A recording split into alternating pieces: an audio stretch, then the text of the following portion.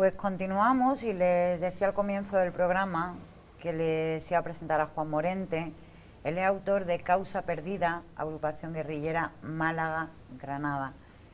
Hace poco decíamos también aquí en el programa, ¿no?, que para que la historia no se repita hay que conocerla. Juan, buenas noches, gracias por venir. Buenas noches, no hay de qué. Bueno, Juan, tú has escrito varios libros sobre la Sierra de Mija, eres un apasionado. Y en uno de estos caminitos tuyos que te haces por la sierra, por los montes, Sí. encuentras algo que te llama la atención y a partir de ahí empiezas a tirar del hilo. Ujú. ¿Qué es? Bien, digamos que fue concretamente en la montaña del Lucero, que es uno de los picos más bellos que hay en la Sierra de Almijara, ¿no? Fui con unos amigos a hacer una ruta de senderismo. Yo siempre me habían gustado los temas de etnografía, pero nunca me había planteado yo escribir nada respecto a este tema. Entonces allí vi unos restos que son los que ahí aparecen en la portada del libro. Y cuando volví a casa, pues empecé a buscar en internet de qué se trataba aquello, porque me sorprendió que no estuviese cerca de ningún núcleo de población. La localidad más cercana es Cómpeta, está a más de 3 horas andando desde allí, ¿no? Y entonces vi que eran las ruinas de un destacamento de la Guardia Civil. Yo pensaba en un principio que podía deberse a lo mejor al control del contrabando, que era tan propio entre la costa malagueña y en la zona del Temple granadino, en cuanto que ahí era un trasiego de arrieros permanente, ¿no? Digo, a lo mejor pues aquí había contrabando, pero luego vi que no era eso, sino que era, pues eso, una agrupación guerrillera que se había organizado después de la Guerra Civil y que estaba muy bien militarizada y organizada hasta el punto de que podemos considerarla que fue de las más eficaces, de las más duraderas en toda España, ¿no? Y ya, digamos, me sumergí en ese tema, me cautivó y llevo 8 años, que ahora acabo de terminarlo, 8 años que me ha durado esta investigación. ¿Es una investigación? ¿De qué forma está escrita? ¿Novela? No es novela. No, a ver, eso tiene como, vamos a decir, 3 partes, ¿no? Yo lo que más me gustaba en un principio era ir a los sitios donde leí en los libros iniciales, ¿no?, donde habían ocurrido los hechos, porque a mí lo que me gustaba era ir al campo a visitar esos parajes, ¿no? Pero ya después de ahí, y que ya noté que me faltaba algo, ¿no? Y era quizá el contacto con la gente que participó. Por la edad, por el tiempo en que comencé eso, pues había poca gente viva de entonces, ¿no? Pero tuve la suerte de dar con algunos, ¿no? Había un guerrillero que todavía vive, afortunadamente, que vive en Salar de Loja, que tenía 89 años, y que no lo parece que tenga esos 89 años, porque me ha ido conmigo a visitar esos parajes tan históricamente importantes, ¿no? Y así fui haciendo otra parte de la investigación, lo que es la fuente oral. Y luego, claro, hace falta la fuente documental, que es, eso está todo centralizado en un juzgado togado militar que hay en Almería, donde hay un archivo perfectamente organizado, donde tú solicitas permiso, y entonces tienes que ir a ver causas judiciales de aquella época, y ese es el trabajo más duro, ¿no? Porque tienes que desplazarte a Almería, fotografiar esas causas, luego tratamiento de fotografía, o sea que eso es lo que lleva más tiempo, ¿no? Quizás sea la parte, hombre, es bonita porque te da un poco la confirmación o por lo menos el soporte, ¿no?, de lo que tú estás. Yo en principio leí libros, pero claro, no es como eso, porque eso es, tú accedes a eso, a un documento vivo, que tú dices, bueno, esto se escribió en aquella época, ¿no?, las firmas de los protagonistas, ¿no?, a lo mejor la huella del dedo cuando no sabían firmar, ¿no? Incluso hay, pues por ejemplo, un brazalete de los que los guerrilleros llevaban grapados a las causas judiciales, ¿no?, fotografías de algunos guerrilleros fallecidos, e incluso algunos documentos manchados de sangre de las hojitas que le dejaban a los asesinatos, etcétera. O sea, era una cosa que a mí de verdad que me impresionaba, porque yo no había hecho nunca eso. Sin embargo, ya estaba tan cerca que era como parte de mi vida. O sea, yo he estado dedicándole a eso montones de horas, ¿no?, y muy a gusto, ¿no? Ahora estoy como descansando, como aquel que ha tenido ya el hijo, como digamos, ¿no? Pero ahora es cuando yo realmente estoy viendo el trabajo que he hecho en eso, ¿no? 800 páginas. Sí. ¿Se dice pronto? Sí, muy pronto. Eso, bueno, yo ya digo, sale a 100 páginas por año, pero yo en realidad para poder hacer esto, que esto es un resumen que no es ni el 10% de lo que yo he llegado a escribir, ¿no? Es lo que te iba a decir. ¿Cómo descartas cosas cuando te apasiona tantísimo una historia? Quizás a veces, digamos, he prescindido de ciertas historias completas, ¿no? Y otras, lógicamente, por ejemplo, cada una de eso está formado de la siguiente manera. Hay una zona introductiva que nos introduce en los prolegómenos a la Guerra Civil Española, o sea, lo que ocurrió antes de la guerra, pero de una pasada, o sea, de una situación muy concreta y muy puntual, ¿no? Después, lo que ocurrió inmediatamente después de la Guerra Civil, donde hay, vamos a decir, 3 figuras de personas, ¿no? Una, las que lo que conocemos como huidos. Son personas que se van a la sierra simplemente para evitar el ser capturado, ser procesado o ser, digamos, represaliado, vamos a decir, entre comillas, por el régimen, ¿no? Y entonces esa gente no tenía una organización, vamos a decir, estructural, con un límite de, o sea, con una organización vertical, sino era unas asociaciones, vamos a decir, de parentesco, de amistad, ¿no? Horizontal, sin ningún tipo de organización. Eso eran pactos de la Guardia Civil o de las fuerzas del gobierno, porque no tenían ni armamento ni una estrategia militar, ¿no? Simplemente huían, ¿no?, de que los pudieran apresar. Huidos, ¿no? Otros eran los topos, ¿no?, como pasó con el alcalde republicano de Mijas, que solamente se escondían en su casa, digamos, se condenaban en vida, se metían en una habitación, algunos de ellos, como este caso que comento de Mijas, 25 años. Esos son los topos, por eso se meten en sus casas. Y algunos de ellos, incluso los familiares, llegaron a simular su propio entierro, ¿no? Y luego está estos que hablo yo ahora, que son gente que en principio muchos de ellos eran soldados de la República, que emigraron a Francia huyendo, digamos, del gobierno español, y allí participaron con digamos, el sistema de resistencia francesa contra los alemanes, ¿no? Es lo que conocemos como maquis. Maquis es un galicismo, procede de una semántica relacionada con el monte bajo, con lo que ellos utilizaban para esconderse, ¿no? Y el maquis es lo que nosotros conocemos, pero yo todos los que he visto, nadie quiere que le llamen maquis. Ellos se sienten guerrilleros antifranquistas, en ningún caso maquis, ¿no? Porque maquis lo consideran de Francia. Bien, entonces estos partidos, como el Partido Comunista principalmente en nuestra zona, ¿no?, pues desde el exterior, digamos desde el exilio, organizó estos grupos guerrilleros en el norte de África, en Orán concretamente, en Argelia, y también con la ayuda de los norteamericanos, porque pasó que en España, como Franco no intervino directamente en la Guerra Mundial, ¿no?, pues se contempló en los servicios secretos aliados de que había una posibilidad de que Alemania invadiese España. Y entonces, en caso de que eso ocurriera, ¿no?, pues tener aquí gente que le pudiera apoyar, y por eso ellos abastecieron a estos grupos guerrilleros que vinieron del norte de África. O sea, crearon como una resistencia encubierta. Claro, una resistencia siempre encubierta. Lo que pasa es que fueron pocos, en realidad vinieron 3 desembarcos de 10 personas. Y se unieron a los huidos que te decía antes, que había en las montañas, y de ahí fue naciendo una incipiente agrupación guerrillera, que al final pues desembocó en un ejército de unos 200 hombres, que no querían más porque era un problema. Ellos no querían, la guerrilla no es un ejército como al uso, es decir, ellos quieren poca gente, ¿no?, porque interesa, hoy doy un golpe aquí, digamos, como lo que llamamos normalmente en Andalucía una mosquilla cojonera, es decir, ellos lo que quieren es dar la lata, pero no quieren enfrentarse en una guerra abierta porque no tienen medios para hacerlo con el ejército. Juan, en todos estos años de investigación descubre a un personaje, ¿no? Sí. Un tal Roberto, sí, que le llama especialmente la atención. ¿Por qué?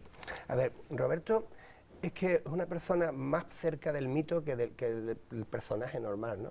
Roberto era el jefe de la agrupación guerrillera, Roberto era de Ciudad Real, aunque se crió en Madrid, hubo un ascenso rápido en el ejército republicano por las bajas que se producían en la guerra, ¿no?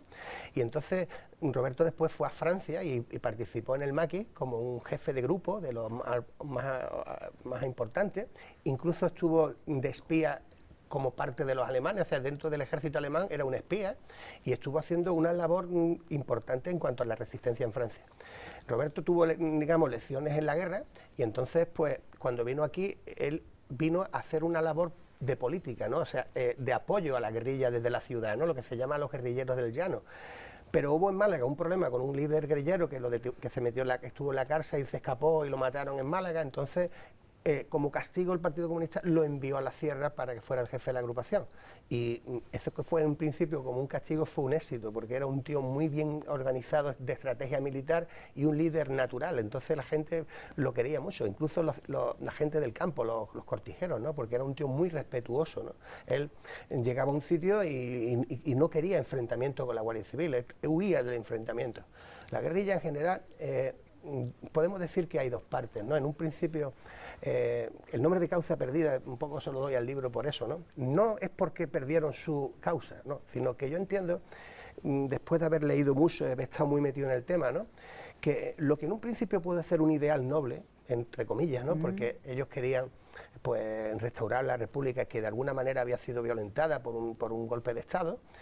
En un principio podríamos decir que es una causa noble, Pero cuando eso fue ya avanzando en el tiempo y se sintieron sin apoyo, degeneró realmente en una delincuencia común. Yo entiendo que a partir del año 50, mediados del 50, había más delincuentes que guerrilleros, ¿no? Es que llegó hasta el 60 y tantos, tengo entendido. Los no, últimos, en Málaga no sé, pero... En otros sitios sí, porque hubo en Barcelona, por ejemplo, hubo algunos, por ejemplo, uno que hubo en Kiko Sabater, creo que se llama, de Barcelona, que fue así, ¿no? Pero en el caso de Andalucía, bueno, al menos aquí en esta zona, los últimos guerrilleros importantes los detuvieron a mediados del 52, ¿no?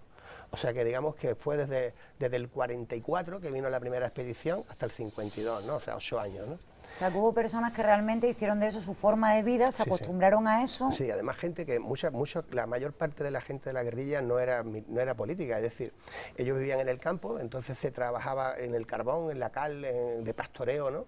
Y se veían muchas veces entre dos fuegos, ¿no? En el caso de que, imagina, un pastor está en el campo y encuentra a los guerrilleros y dicen, tráenos comida. Y él no se puede negar, él vive allí. Y si se le llevaba la comida, automáticamente era considerado colaborador de la guerrilla. En un principio eran colaboradores y después acabaron marchándose a la guerrilla para autoprotegerse, ¿no? Y la verdad es que, a ver, yo no creo que si nosotros analizáramos, ¿no? Esta situación o estos hechos, ¿no? Con criterios extemporáneos ahora del presente, estaríamos equivocados, ¿no? Porque la Guardia Civil ahora es un cuerpo que hace una tarea encomiable. Sin embargo, en aquellos tiempos, algunos de sus miembros pues se extralimitaron mucho en sus funciones, ¿no? Quizás, pues a lo mejor agobiados por la tensión o la presión que le hacían su jefe o el régimen. Entonces, no se puede analizar la Guardia Civil de entonces con la de ahora. Es un error. El momento histórico, ¿no? Es lo que dice. Exactamente, igual pasa con estas personas, ¿no? O sea, yo creo que ese fue un momento de la historia y como tal hay que afrontarlo. Es como un conocimiento más, como decíamos al principio, yo creo que los pueblos tienen que conocer su historia, ¿no? Si no la pueden volver a repetir, ¿no? Y además para entender el presente y poder afrontar el futuro tienes que conocer tu pasado, ¿no? Y entonces yo entiendo que esto lo he afrontado ya de esa manera, pero en ningún caso... Además estoy convencido que a su manera, tanto el guerrillero como el guardia fueron una víctima de la situación, ¿no? Porque un guardia entonces ganaba 300 pesetas, ¿no? Tampoco gana mucho ahora la Guardia Civil, ¿eh? No, o sea, es que un guardia ganaba 300 pesetas, o sea, y se jugaba la vida en una sierra inhóspita y siempre en desventaja, ¿no? Sin embargo, a la hora de castigarlo, ahí lo pone en muchos casos, siempre que había un problema, siempre el de inferior rango, el guardia o el cabo era el que se llevaba el problema, ¿no? Tú has descubierto un mundo con este libro, un mundo que lo tenía... Un mundo apasionante y lo que cuando me pongo a hablar, pues muchas veces contagio o trato de que la gente por lo menos que lo lea, ¿no? Porque de verdad que es un tema apasionante. Además, el día de la presentación en el colegio, el próximo jueves... El jueves a las 6:30 de la tarde. Sí, porque es el 45 aniversario de nuestro centro y hemos hecho algunas actividades y una de ellas es la presentación del libro. Vamos a tener la suerte de tener con nosotros al profesor José Aurelio Romero Navas, que es hoy por hoy yo diría que es la persona que más conoce el tema guerrillero. Un hombre ya de cierta edad, lleva más de 40 años estudiando el tema guerrillero y ha tenido la deferencia de venir con nosotros a participar conmigo en esta presentación, ¿no? O sea que es una oportunidad para todo el que quiera asistir, que desde aquí lo invito el que quiera ir, ¿no? Juan, cuando uno escribe algo sobre la historia reciente de España, porque realmente es muy reciente, no han pasado tantos años, normalmente desde fuera siempre se dice, a ver, tirará para un lado o para otro. Sí. ¿Seguimos todavía teniendo esa herida abierta en...? Sí, es cierto. Mire, yo muchas de las investigaciones que he hecho de fuentes orales, por ejemplo en Zafarraya, en Loja, en Alhama de Granada, en Agrón, yo donde me iba era al hogar del jubilado. Muchas veces ahí nada más que había gente así ya jubilada, ¿no? Y allí era la forma de hablar, ¿no? Bueno, en el momento que tú sacabas este tema, la mayoría de la gente se evadía, se quitaba del medio, porque es que hay todavía verdadero pánico en estos pueblos sevillanos, ¿no? Porque la verdad, hay algunos que, he dicho granadinos, ¿no? Hay algunos que no, dice, ¿yo por qué tengo que ocultar esto? Yo digo la verdad, a mí no me importa, solo faltaría más que después de tantos años yo no pueda decir lo que pienso, pero la inmensa mayoría no quieren hablar de estas cosas. Juan, es curioso. ¿No te da la sensación de que ellos han cerrado ante las heridas o por lo menos las tienen ahí quitadas a esta generación que está llegando ahora que quiere volver a abrirlas? A ver, eso fue quizá lo que a mí o sea, me paró más al principio, asumir, ¿no? Más esto se ha acabado y se ha acabado y los muertos están enterrados y hay que mirar para adelante. No, yo soy de esa idea. A ver, yo creo que una persona, por ejemplo, que tiene a sus familiares, no sabe dónde, tiene todo el derecho de intentar averiguarlo, pero solamente así. Yo lo que no me gusta, ¿no? es que se politice, Sí, ¿no? se abran heridas más allá de eso. De eso a mí me preocupa eso, y hago una referencia a los familiares, ¿no? A ver, yo creo que estos son personas que de alguna manera han sido, a lo mejor sin quererlo, parte de nuestra historia, y si se aborda como historia, pues yo creo que sí. Ahora, claro, evidentemente algunos aflorarán heridas, eso es una cosa inevitable, yo entiendo, ¿no? Pero yo soy muy respetuoso y me gustaría que nadie, si alguno se siente así, pues que me perdone, ¿no? Pero yo no he querido en ningún momento ni posicionarme, aunque eso ya no depende de mí quizás, ¿no? Porque, depende a lo mejor de quien lo lea, ¿no? Exactamente, o sea, depende del lector, ¿no? Bueno, pues recordamos, Causa Perdida, agrupación guerrillera Málaga, Granada. Se presenta el jueves en el Colegio Sallivera a las 6:30 de la tarde. Está abierto para cualquier persona sí, todo el que quiera ir puede ir. Que quiera conocer un poquito más y decidirse. Es entretenido, ¿no? Porque 800 páginas sí, yo de creo por que sí da... tiene que gustar mucho para leerlo entero, ¿no? ¿Sí? Sí, lo que pasa es que tiene también como casos sueltos, que puedes leerte un caso, otro día otro, no tienes por qué seguir una todo correlación. el tirón, ¿no? Al principio interesa coger la idea general, pero luego los casos son independientes, ¿no? Eso creo que puede ser ayudante también. Pesa. Además, mientras se los leen, hacen ejercicio, ¿no? Ahora que está donde moda el deporte. Julio, Sí. ¿Qué tal? ¿qué te ha parecido? ¿Qué historia más apasionante? Pañolito que vienes al mundo, guárdete Dios, que una de las dos Españas habrá de partirte el corazón. ¿De quién era eso? No sé si era de Juan Ramón o de... Ni idea. o de Unamuno, no lo recuerdo. Lo he oído, pero no... No lo recuerdo. No, el tema de la Guardia Civil es verdad, a mí me da la impresión de que entre unos y otros, los de un lado y los de otro, están unos por un lado y otros por otro, intentando, parece que no quieren que se cierre de una puñetera vez la herida de la guerra. Ya sin valorar el tema de la ley de memoria histórica, el esto, lo otro. Es un poco como de locos. Y La verdad, yo no tengo la suerte de no tener ninguna herida de esas, pero sí lo que creo es que una herida para que sane tiene que estar realmente sanada, limpia. ¿no? Eso es. Si no está limpia, la persona nunca la sanará. Y si También creo una cosa, depende... A mí me preocupa el mal uso, es decir, la manipulación que se hace. Si ha habido épocas terribles históricamente en las que se han cometido barbaridades muy recientes, además, la naturaleza del ser humano, pues bueno, es la que es. El lobo es un lobo para el hombre, ¿no? Y luego yo también creo que ha tenido mucho que ver cómo han gestionado las familias, ¿no? Los que sí lo vivieron de cerca, por ejemplo, mis padres o mis abuelos, cómo han gestionado lo que han transmitido a los nietos, o sea, habrá quien ha transmitido odio y hay quien ha dicho esto se acabó, no hay que repetirlo, fue horrible, hermanos contra hermanos. Sí. Y pasemos páginas y no hay que meter más odio en el cuerpo. Bueno, pero enséñanos qué ha hecho. Bueno, perdona, que nos ponemos aquí a hablar. Pequeños apuntes que hacemos aquí a los Bueno, a los fantástico. Invitados. Espero que te guste. Sí, me gusta mucho. Vale. Sí, perfecto. Muy bien. Que será para ti. Esto es un pues pequeño regalo del programa. Me la he hecho en un momento, vamos. Sí, no, son apuntes. No pretende ser un retrato, ni muchísimo menos, claro. Julio, pues yo cuando venga a tu programa voy a venir la última invitada, que ya es cuando estás totalmente suelto, ya se te ha calentado el brazo, impresionante. Vale. Está perfecto. Apunto. ¿Apuntas? Pues cuando vengas te invitaré al mío. Sí. Pues muchísimas gracias, Juan. Recordamos eso, que el jueves a las 6:30 en el Colegio Salliver pueden ir a la presentación de este libro y conocer, por supuesto, su autor.